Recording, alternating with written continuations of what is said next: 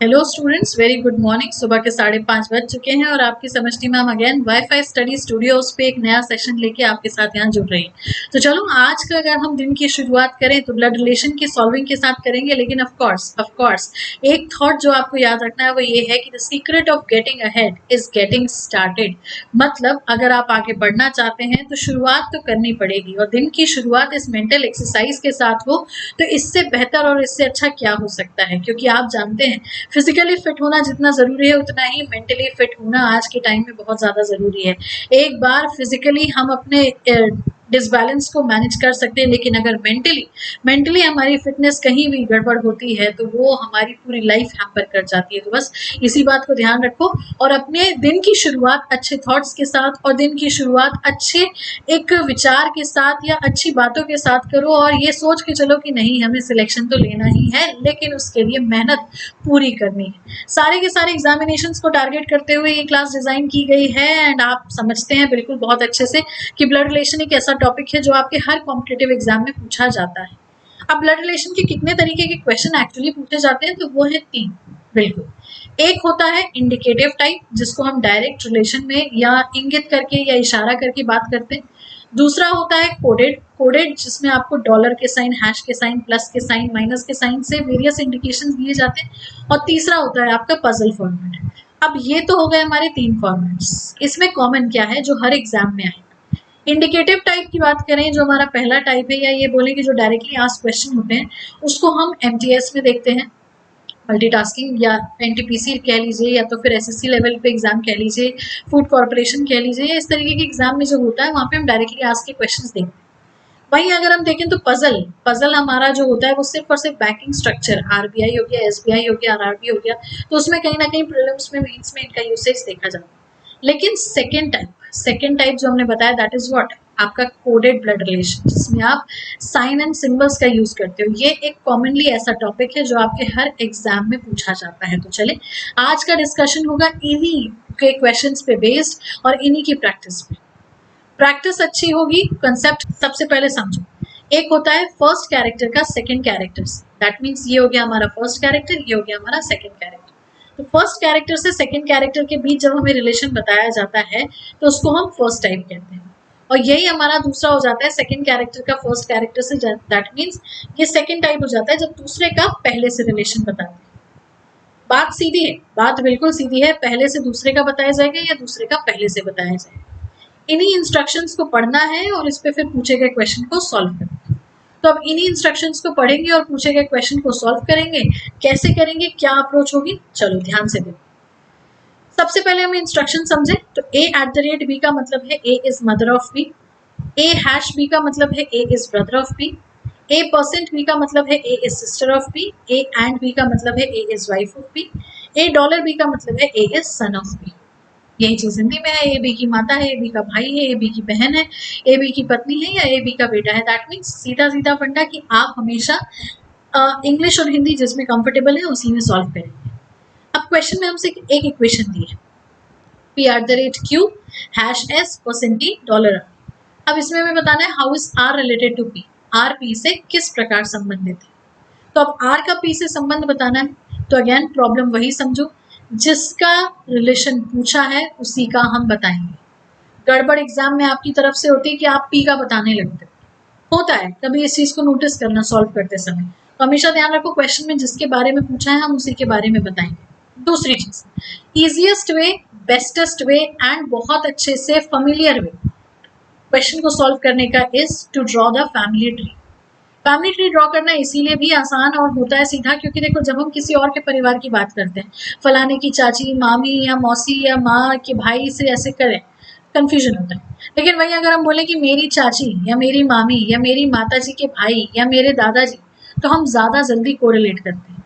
तो इसीलिए बेस्टेस्ट वे, हर एक क्वेश्चन में जब भी कहीं पे भी कुछ भी पूछा जा रहा है, आप खुद को वहां अज्यूम करें, खुद को वहां पे प्रिज्यूम करें। अब इस क्वेश्चन को सॉल्व करने की अप्रोच क्या होगी उसको देखते हैं, समझते हैं। इंस्ट्रक्शंस हैं हमारे पास, इन्हीं इंस्ट्रक्शंस पे हम इसको सॉल्व करेंगे। अब यहाँ पे अब देखो क्या है, हमें बोला है p@q। क्या बोला है हमारे पास, p@q। दैट मीन्स सबसे पहले आप ये देखो कि p का q से ही देखें यहाँ पे क्या हुआ। ओके, P का Q से हमें रिलेशन बताना है, और अगर हमें P का Q से रिलेशन बताना है तो एट द रेट का मतलब क्या था, पहला कैरेक्टर दूसरे की माँ है। दैट मीन्स हम इसको यहाँ पे सीधा सीधा क्या बनाए, P is mother of Q। फिर Q हैश S, हैश का मतलब क्या हुआ यहाँ पे, ब्रदर। दैट मीन्स सीधा है कि Q ब्रदर है किसका, S का। S% T का मतलब क्या हुआ यहाँ पे कि S is sister of T, S बहन है T, ठीक है। और T $R का मतलब हुआ कि T is son of R। एक बार फिर से इसको क्लियरली यहाँ बना देते हैं। P मदर है किसकी, Q की। Q के बारे में पता चल गया तो Q is brother of S, S is sister of T and T is son of R। अब एक बात समझो, QST भाई बहन है। अब अगर QST भाई बहन है तो ऑब्वियसली R और P क्या होंगे, आपस में हस्बैंड वाइफ होंगे।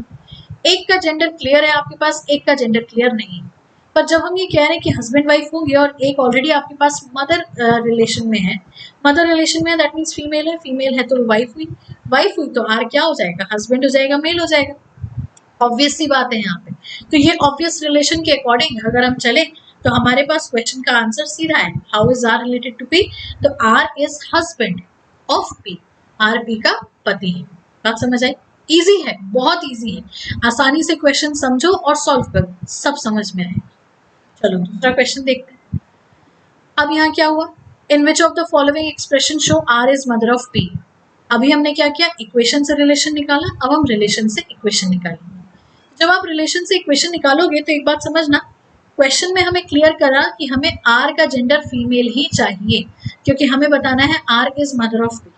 और अगर हमें बताना है R is mother of P, female हमें पता है, तो हम हर उस इक्वेशन को एलिमिनेट कर देंगे, डिस्कार्ड कर देंगे जहां आर का जेंडर क्या आ रहा है, मेल आ रहा है। तो आर का जेंडर जहां भी मेल आ रहा है, जहां पे भी इस तरीके से आ रहा है, उस ऑप्शन को आप पहले एलिमिनेट करते चलो। सबसे पहला देखो ऑप्शन यहाँ क्या है, R and T. R and T का मतलब क्या हुआ, आर टी की वाइफ है, तो इसको रखें साइड में। क्यों रखें साइड में, क्योंकि इसमें फीमेल हमें मिल गया। दूसरा में देखो क्या है, आर हैश एस, हैश का मतलब क्या हुआ, ब्रदर, ब्रदर दैट मीन्स दूसरा ऑप्शन एलिमिनेट। तीसरा देखो R and T, again R का फीमेल तो इसको भी हमने रखा। चौथे में आर हैश टी, तो इसको भी हमने हटा दिया क्योंकि आर का जेंडर मेल हो।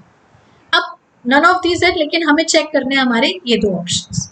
अब अगर हम पहला ऑप्शन चेक करें तो क्या है, P हैश Q, हैश का मतलब हुआ ब्रदर, तो P is brother of Q, ठीक है। Q $R, डॉलर का मतलब हो गया क्या, Q is son of R। R and T, and का मतलब हुआ R is wife of T। अब अगर R वाइफ है किसकी, T की, तो अब कुछ लोग इतना ही सॉल्व करके मार्क कर देंगे, हाँ चलो पहला ऑप्शन। लेकिन थोड़ा ध्यान दो, T%S दिया हुआ है, परसेंट का मतलब हुआ कि T is sister of S। अब आप बोलो हाउ इज इट पॉसिबल, क्या ऑप्शन गलत है, तो नहीं बेटा, एग्जाम में कई बार ऐसा होता है, तो इसीलिए हमें पूरे ऑप्शन को गहराई से देखना जरूरी है। और इसी मिसमैच होने की वजह से हमारा पहला ऑप्शन भी क्या होगा, गलत हो जाएगा। दूसरे को हम पहले ही गलत कर चुके हैं, तीसरे को हम पहले ही गलत कर चुके हैं, रीजन जेंडर की वजह से। अब बचा हमारा तीसरा ऑप्शन, तो चलो तीसरा चेक करें फटाक से।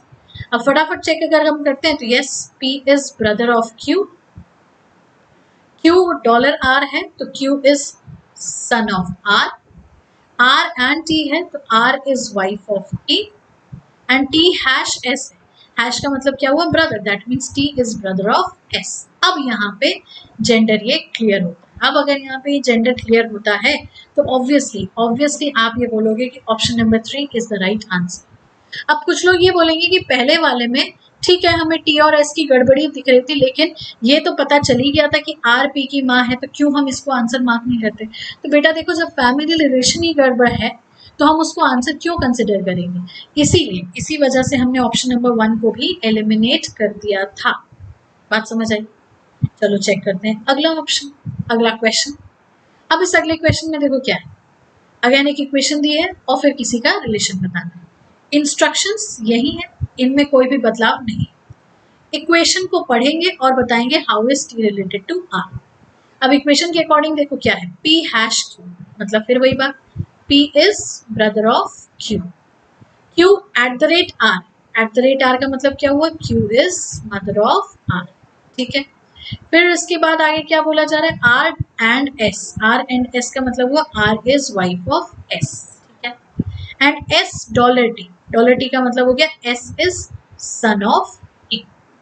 अब एक बात ध्यान रखो, क्यू और टी अलग अलग फैमिलीज हैं। अब यहाँ पे ये मिक्स एंड मैच मत कर देना कि आर और एस सेम जनरेशन में आ रहे हैं तो चलो क्यू और टी को हस्बैंड वाइफ बनाए। बहुत ध्यान से देखो, आर वाइफ है एस की, हस्बैंड एंड वाइफ है, तो एक वाइफ की माँ है और एक एस के साथ है, दैट मीन्स उसकी फैमिली में फादर या मदर है। ठीक है, अब हमसे ये पूछा है how is T related to R, तो अगेन वही बात, क्या हमें यहाँ पे टी का जेंडर पता चला? नहीं। T can be father, T can be mother of S. तो अब अगर ये फादर या मदर हो सकता है तो हमें ये पता ही नहीं है, इसका जेंडर ही क्लियर नहीं। दैट मीन्स टी आर का फादर इन लॉ भी हो सकता है या तो फिर मदर इन लॉ भी हो सकता है। Father in law, mother in law, option में अगर हम देखें यहाँ पे तो हमारे पास फादर इन लॉ है, तो बोलो फादर इन लॉ मार्क कर दें। लेकिन फिर से वही सारी बातें दिमाग में रखो कि आपको ये ध्यान रखना है कि father in law mother in law में से अगर कोई एक है तो हमारा आंसर है। लेकिन वहीं अगर साथ में हमें कांट बी डिटरमाइन या कैन नॉट बी डिटरमाइन या निर्धारित नहीं किया जा सकता दिया है तो डेफिनेट आंसर हमारा ऑप्शन नंबर वही होगा। ये नहीं होता तब फिर हम मार्क करते फादर इन लॉ, क्योंकि दोनों में से कोई एक। But can not be determine present होने की वजह से आंसर हमारा फादर इन लॉ नहीं। बात समझे? चलो आगे बढ़ते हैं, अगला चेक करते हैं। अब यहाँ क्या है, P and Q sorry P dollar Q and R dollar S and T। How is T related to P? अब यहाँ पे हमें क्या बताना है, T का किससे रिलेशन बताना है, P से रिलेशन बताना है कि T P से किस प्रकार संबंधित है। अगेन इंस्ट्रक्शंस तो वही दिए हुए हैं हमें, तो चलो इक्वेशन को हम फैमिली ट्री में ड्रॉ करेंगे और फिर उसका आंसर पहुंचेंगे। P डॉलर Q का मतलब क्या हुआ, P is son of Q and R का मतलब हुआ कि Q is wife of R। R dollar S का मतलब क्या हुआ, R is son of S। और S एंड T का मतलब हुआ कि S is wife of T, that means T हो गया यहाँ पे हस्बैंड। अब T का P से रिलेशन पूछा है कि how is T related to P, तो T is what, T is grandfather. Clear हो गया, ग्रैंड फादर है लेकिन ऑप्शन में कहीं पे भी नहीं है, ऑप्शन में दिया हुआ है ग्रैंड मदर जो कि नहीं होगा। नीज नेफ्यू मदर का तो कोई क्वेश्चन ही नहीं है, तो यस आंसर क्या हो जाएगा हमारा, option number 5 none of these. You just have to be very specific with the options with the markings, क्योंकि गड़बड़ कहीं भी अगर होती है तो उसका इम्पैक्ट सीधे आपके पेनल्टी स्कोर के साथ फाइनल उस पर जाता है।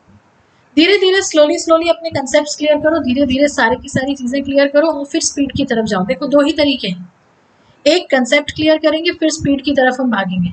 अगर डे 1 ही आप स्पीड की तरफ भागने लगोगे तो मान के चलना कंसेप्ट्स गड़बड़ा जाएंगे, और जब कंसेप्ट्स गड़बड़ा जाएंगे तो आपके पास सिर्फ स्पीड बचेगी और आंसर्स सही नहीं होंगे। तो इसीलिए अपने कंसेप्ट्स को क्लियर करो, अगले स्टेप में स्पीड की तरफ जाओ। तो जो भी बिगिनर्स इस क्लास को देख रहे हैं तो ऑब्वियसली सारी चीज़ों को बेसिक से समझते चले, फिर जब हम इनके क्विजेस कराएंगे, इनके टेस्ट कराएंगे, टाइमर के साथ कराएंगे, तब हम इनको फटाफट ओरली सॉल्व करेंगे, क्योंकि ऑफ कोर्स टाइमर में टाइम कम होता है। ठीक है, आगे बढ़ते हैं, अगला क्वेश्चन देखते हैं। अब यहाँ देखो क्या है, अगेन इंस्ट्रक्शंस वही है, और जब इंस्ट्रक्शंस वही है तो क्वेश्चन पढ़ेंगे और आंसर तक पहुंचेंगे। इक्वेशन में हमें दिया है P%Q hash R and S dollar T, और बताना है how S is related to P, S P से किस प्रकार संबंधित है। As you know family tree draw करोगे, P%Q का मतलब हुआ कि P is sister of Q, Q hash R, Q is brother of R, R and S का मतलब हुआ कि R is wife of S, तो इसको हम रब करेंगे और फिर से बनाएंगे।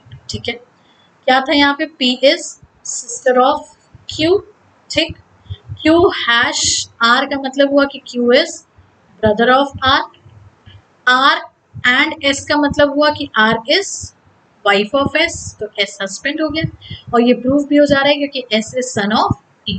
ठीक है, ये एक जनरेशन में आ गया। अब हमसे पूछा how is S related to P, तो ऑब्वियस सी बात है बहन का हस्बैंड है, एंड बहन का husband is called what, brother in law.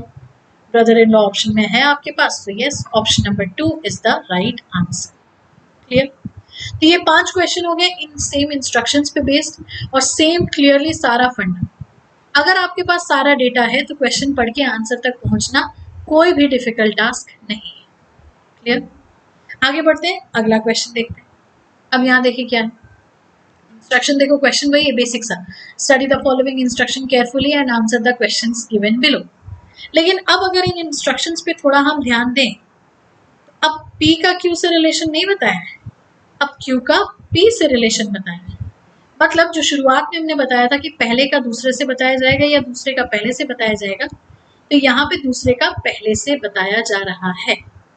बात सीधी है, देखो जब हमने चलना शुरू किया तो सीधे सीधे चले, कोई उल्टा चलता दिखता था तो बड़ा डर सा लगता था, ये लगता था कि कैसे कहाँ से, लेकिन जब सीधे सीधे चलने की प्रैक्टिस हो जाती है तो उल्टा चलना बहुत आसान हो जाता है। वही चीज यहाँ पे भी, जस्ट बी वेरी कॉन्फिडेंट। अगर आपको सीधा पता है तो उल्टा भी तो पता है, क्योंकि क्वेश्चन आपसे बड़ा नहीं है, हमेशा आप ही क्वेश्चन से बड़े रहोगे, ये ध्यान रखना। इंस्ट्रक्शंस के अकॉर्डिंग अब हम दूसरे को पहले की तरफ लेके जाएंगे। डायरेक्टली क्वेश्चन पे चले, बिल्कुल चलते, क्योंकि इंस्ट्रक्शन को ही तो फॉलो करना है। ठीक है, तो इंस्ट्रक्शन हमारे पास है, बस हम पी क्यू को गिवन कैरेक्टर्स के अकॉर्डिंग चेंज करते चलेंगे, रेप्लिकेट करते चलेंगे, ट्रांसफॉर्म करते चलेंगे। अब देखो यहाँ क्या, के का आर से, तो के का आर से नहीं, आर का के से। तो आर का के से क्या मतलब हो गया यहाँ पे, इस साइन का मतलब हो गया कि second character is mother of first character, that means R is mother of K. बात समझ आई, एज सिंपल एज दैट। आगे बढ़े, आर और एस की तरफ गए तो अब क्या पता चला, second character is sister of first character, that means S is sister of R. अब देखो आगे क्या दिया हुआ है, S omega T, that means second character is brother of the first character, that means T is brother of S. और फिर देखो यहाँ पे टी का वी से दिया हुआ है, that means second character is son of first character, तो V जो है वो T का बेटा है। एक बार फिर से, बिल्कुल फिर से चलते हैं, R का K से रिलेशन क्या हो गया यहाँ पे, मदर का, क्योंकि second character is mother of first character, तो फिर से बना दें यहाँ पे R is mother of K। आगे बढ़े, तो second character is sister of first character, that means यहाँ पे सेकेंड कैरेक्टर S है तो S is sister of R हो गया। फिर एस ओमेगा टी है तो second character is what, brother of first character, तो T is brother of S. फिर वी के साथ दिया है तो V is son of T, that means second character is son of first character, that means V is son of T. अब यहाँ बेटा के का जेंडर नहीं पता है, तो के और वी आपस में क्या है, कजिन। सिर्फ ब्रदर या सिर्फ सिस्टर नहीं बोलोगे, cousin itself is a single word, cousin brother या कजिन सिस्टर भी नहीं होता। ठीक है, अब क्वेश्चन में हमसे क्या पूछा है, चलो देखें। तो क्वेश्चन में हमसे ये पूछा है कि which of the following option या conclusion needs to be true. As simple as that, relation chart आपके सामने है, अब इस ऑप्शन में से कौन सा ट्रू है वो देखें। तो पहला देखो क्या है, वी इज हस्बैंड ऑफ के, वी के का हस्बैंड कैसे है, वी और के तो आपस में कजिन हुए ना, तो पहला गलत हो गया। R is son of V, तो R सन कैसे हुआ, R तो आंट है। R is daughter of V, तो अगेन R तो आंट है। K is brother of V, तो हमने क्या बोला, ये कजिन है आपस में, ब्रदर सिस्टर नहीं पता।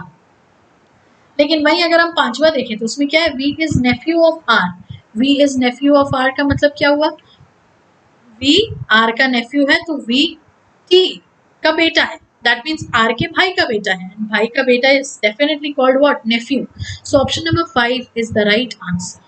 क्लियर, सिंपल है, बहुत सिंपल है, जस्ट बी वेरी कॉन्फिडेंट। अगले क्वेश्चन में गड़बड़ नहीं होगी, और कमेंट बॉक्स में ये चीज मेंशन जरूर करना अगर चीजें क्लियर होती जा रही हैं।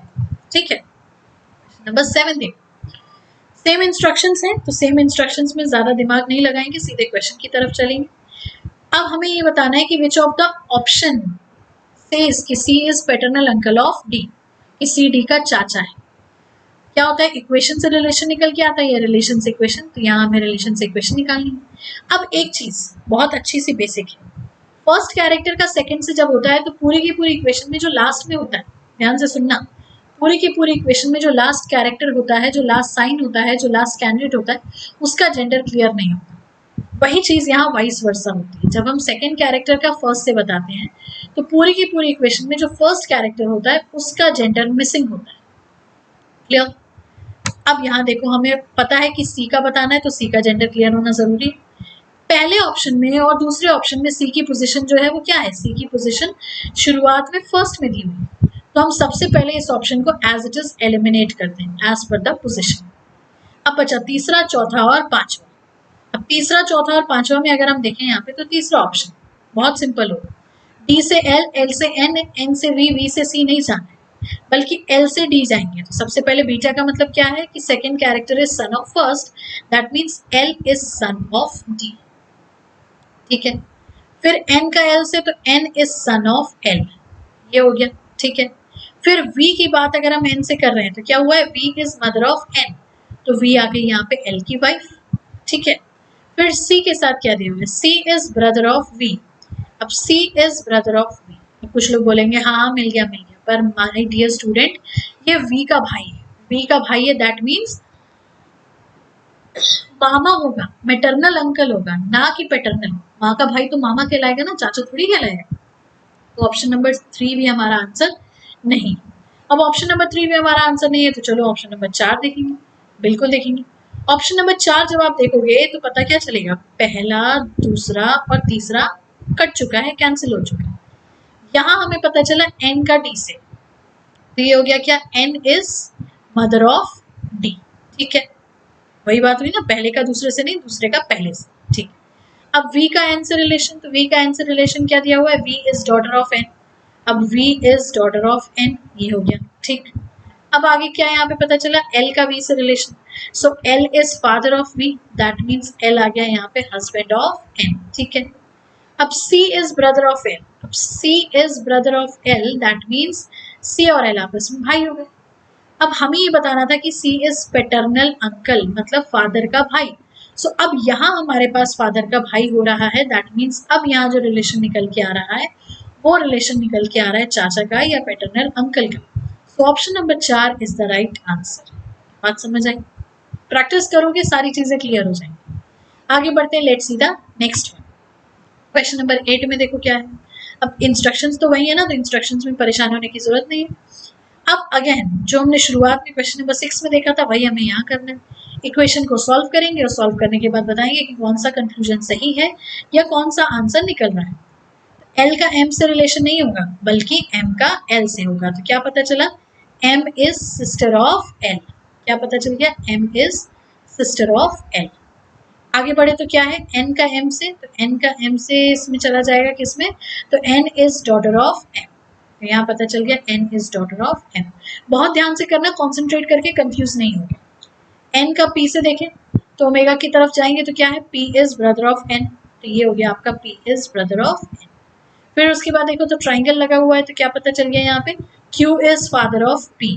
Q is father of P, that means Q जो है वो क्या है, एम का हस्बैंड है। बहुत क्लियरली फिर से बना दें यहाँ पे जरा एक बार, क्योंकि जगह क्लियर हो जाएगी। तो m और l का रिलेशन एक बार फिर से समझना। m और l की अगर हम बात करें यहाँ पे, तो m is sister of l हो गया, m is sister of l हो गया। ठीक है, अब क्या है, n का m से रिलेशन दिया, that means n is daughter, n is daughter of m, तो n यहाँ पे आ गई डॉटर ऑफ m। फिर इसके बाद देखो आगे बढ़े तो क्या हुआ, n का p से, दैट मीन्स p का n से, और p का n से रिलेशन क्या है, ब्रदर, तो p is brother of n। Clear हो गया। अब P का Q, that means Q is father of P। Q अगर फादर है तो M का हस्बैंड हो गया। तो इस तरीके से हमारा फैमिली ट्री या फैमिली चार्ट बन गया। अब हमें बताना है कौन सा कंक्लूजन करेक्ट है या सत्य है। तो ऑप्शन नंबर 1 देखो, Q is grandson of M, तो एक्चुअली Q तो हस्बैंड है ना, हस्बैंड है तो पहला ऑप्शन कैंसिल हो गया। दूसरे में बोला L is uncle of N, तो L का जेंडर नहीं पता। अब जेंडर नहीं पता तो हमारा आंसर भी ये नहीं होगा।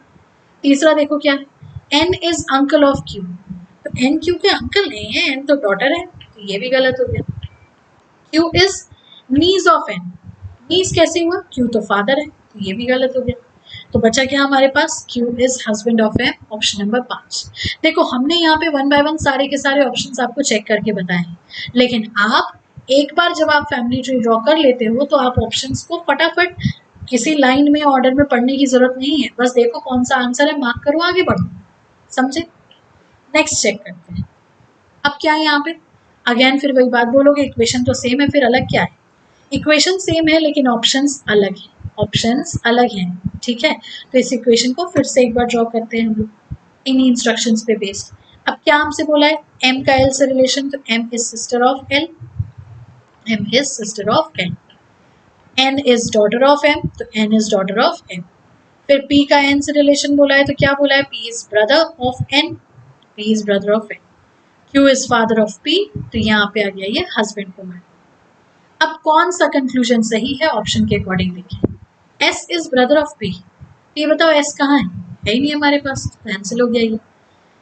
N has 2 sons and 2 daughters, तो माय डियर स्टूडेंट्स यहाँ तो आगे कोई जनरेशन ही नहीं है, तो जब ये जनरेशन ही नहीं है तो दूसरा ऑप्शन भी गलत। तीसरा देखिए, S is sister of Q, तो अगेन फिर वही बात, एस तो है ही नहीं हमारे पास, तो ये गलत हो गया। Q is brother in law of L, तो क्यू एल का ब्रदर इन लॉ है, ये बात सही है। क्यों? क्योंकि क्यू तो एम का हस्बैंड है, और अगर एम का हस्बैंड है तो एल का ब्रदर इन लॉ होना तय है, निश्चित है। और पी क्यू की बहन है ही नहीं, तो यस आंसर क्या होगा, ऑप्शन नंबर 4। बात समझ आई, सिंपल एज दैट। आगे बढ़ते हैं, एक और क्वेश्चन देखते हैं। सेम इंस्ट्रक्शंस हैं, इंस्ट्रक्शंस में कहीं भी कोई भी चेंजेस नहीं। अब इक्वेशन के अकॉर्डिंग हमें बताना है कि Q is mother of N कहाँ पता चला, क्यू एन की माता है, किस ऑप्शन से पता चल रहा है। तो चलो ऑप्शन नंबर 1 अगर हम देखें, यहाँ पे ऑप्शन नंबर 1 अगर हम देखते हैं तो क्यू का तो जेंडर ही पता नहीं, और अगर हमें क्यू को मदर बताना है तो क्यू की पोजीशन क्लियर होनी चाहिए। तो एक हाथ पे अभी हम ऑप्शन नंबर 1 चेक नहीं करें। ऑप्शन नंबर 2 देखो, तो ऑप्शन नंबर 2 में क्या हुआ, एन का पी से रिलेशन, एन का पी से रिलेशन क्या निकल के आ रहा है कि P is father of N, इनका फर्स्ट से हुआ ना। सी का पी से रिलेशन क्या निकल के आ रहा है, C is daughter of P. अब क्यू का रिलेशन देखो क्या निकल के आ रहा है, Q is mother of C, Q is mother of C, that means N की भी कहीं ना कहीं माँ है। और वहीं अगर हम देखें तो वी का क्यू से क्या रिलेशन निकल के आ रहा है कि V is mother of Q, ठीक है। अब यही अगर हम आगे देखें तो यहाँ देखो तीसरे ऑप्शन में क्या था, अगर हम उल्टा चल रहे, ट्राइंगल का मतलब मेल कैरेक्टर, लेकिन हमें चाहिए क्यू का फीमेल रिलेशन, फीमेल जेंडर, क्योंकि मदर पूछा है, तो तीसरा ऑप्शन हमारा कैंसिल आउट हो जाता है। यहाँ देखो तो अगेन मेल, क्योंकि ओमेगा साइन का मतलब भी क्या था, मेल रिलेशन, मेल जेंडर, तो चौथा भी कैंसिल हो गया। पांचवा अगर हम देखें तो यहाँ पे भी हमारे क्यू की पोजीशन क्या है, फर्स्ट पोजीशन पे, तो यहाँ तो इसका जेंडर क्लियर ही नहीं होगा। दैट मीन्स राइट हमारा आंसर क्या होगा, हमारा आंसर हो जाएगा option number 2, correct. Option number 2 will be the right answer, ठीक है ना। क्योंकि यहाँ पे ये सारी चीजें बहुत ध्यान से देखने वाली होती है, करने वाली होती है कि जब आप क्वेश्चन सॉल्व करो, पढ़ो और फिर आंसर तक पहुंचो, कहीं भी गड़बड़ नहीं होनी चाहिए। क्लियर, जेंडर क्लियर होना जरूरी। देखो आंसर में एनिमेशन ऊपर नीचे कहीं भी हो जाता है, उसको हम छोड़ दें, लेकिन आंसर हमारा क्या है, सेकंड है। एक बार फिर से अगर आप चेक कर लो तो वो आपके लिए भी अच्छा होगा। पी से एन फादर, ये पता चल गया। सी का पी से रिलेशन सिस्टर का, ये पता चल गया। फिर उसके बाद अगर हम सी का पी से रिलेशन डॉटर का, तो ये क्लियर हो गया, वो आ गया वहां पे किस पे, एन के साथ ही आ गया, ठीक है। अब क्यू का सी से रिलेशन बोला जा रहा था तो डॉटर का बोला जा रहा था, ठीक है। हमने क्या गड़बड़ कर दिया, हाँ थोड़ी सी गड़बड़ हुई, चलो कोई बात नहीं, थोड़ी सी गड़बड़ हुई है, लेकिन इसको जरा हम करेक्ट करेंगे, बिल्कुल करेक्ट करेंगे। पहला ऑप्शन गलत हो गया है, दूसरा तीसरे में जेंडर की वजह से, तो इसको हमने अलग कर दिया। यहाँ जो गड़बड़ हुई है उसको हम करेक्ट करें, बिल्कुल कमेंट बॉक्स में आपने इस चीज को मेंशन किया, हमको भी चेक करने में समझ में आ गया, जो कि जल्दीबाजी में होता है गड़बड़, तो please I agree, apologize for that. तो इसको आप इग्नोर करें, देखें क्या है। एन का पी से रिलेशन, तो क्या हुआ, पी एन की, पी एन का फादर हो गया, ठीक है। अब पी का सी से रिलेशन देखो, तो सी क्या हो गई यहाँ पे, डॉटर ऑफ पी, ये हो गया यहाँ पे daughter of P, that means N की सिस्टर हो गई, ठीक है। अब क्यू का सी से रिलेशन, क्यू का सी से रिलेशन क्या है कि Q is mother of C, Q is mother of C, that means यहाँ आ गया ये, ठीक है, हो गया। और वी के साथ अगर यहाँ पता चल गया तो ये हो गया यहाँ क्लियर, ठीक, ये हो गया। अब एक बात यहाँ पे निकल के आती है कि ये हमारे हस्बैंड वाइफ बन के आ रहे, सो दैट इज वाई यहाँ हमारा ये रिलेशन जो है ये बिल्कुल क्लियर हो रहा है सेकंड ऑप्शन के साथ। तो जो भी हमारे बोलने में गड़बड़ थी उसको हमने क्लियर कर दिया, कंफ्यूजन आपका दूर हो गया होगा, ठीक है ना। तो इसी तरीके से आपको सॉल्व करना है, सॉल्व करोगे कहीं भी गड़बड़ नहीं होगी। एक बार बहुत ध्यान से देख लो, समझ लो क्या क्या यहाँ पे दिया हुआ है क्या नहीं दिया हुआ है, ठीक है।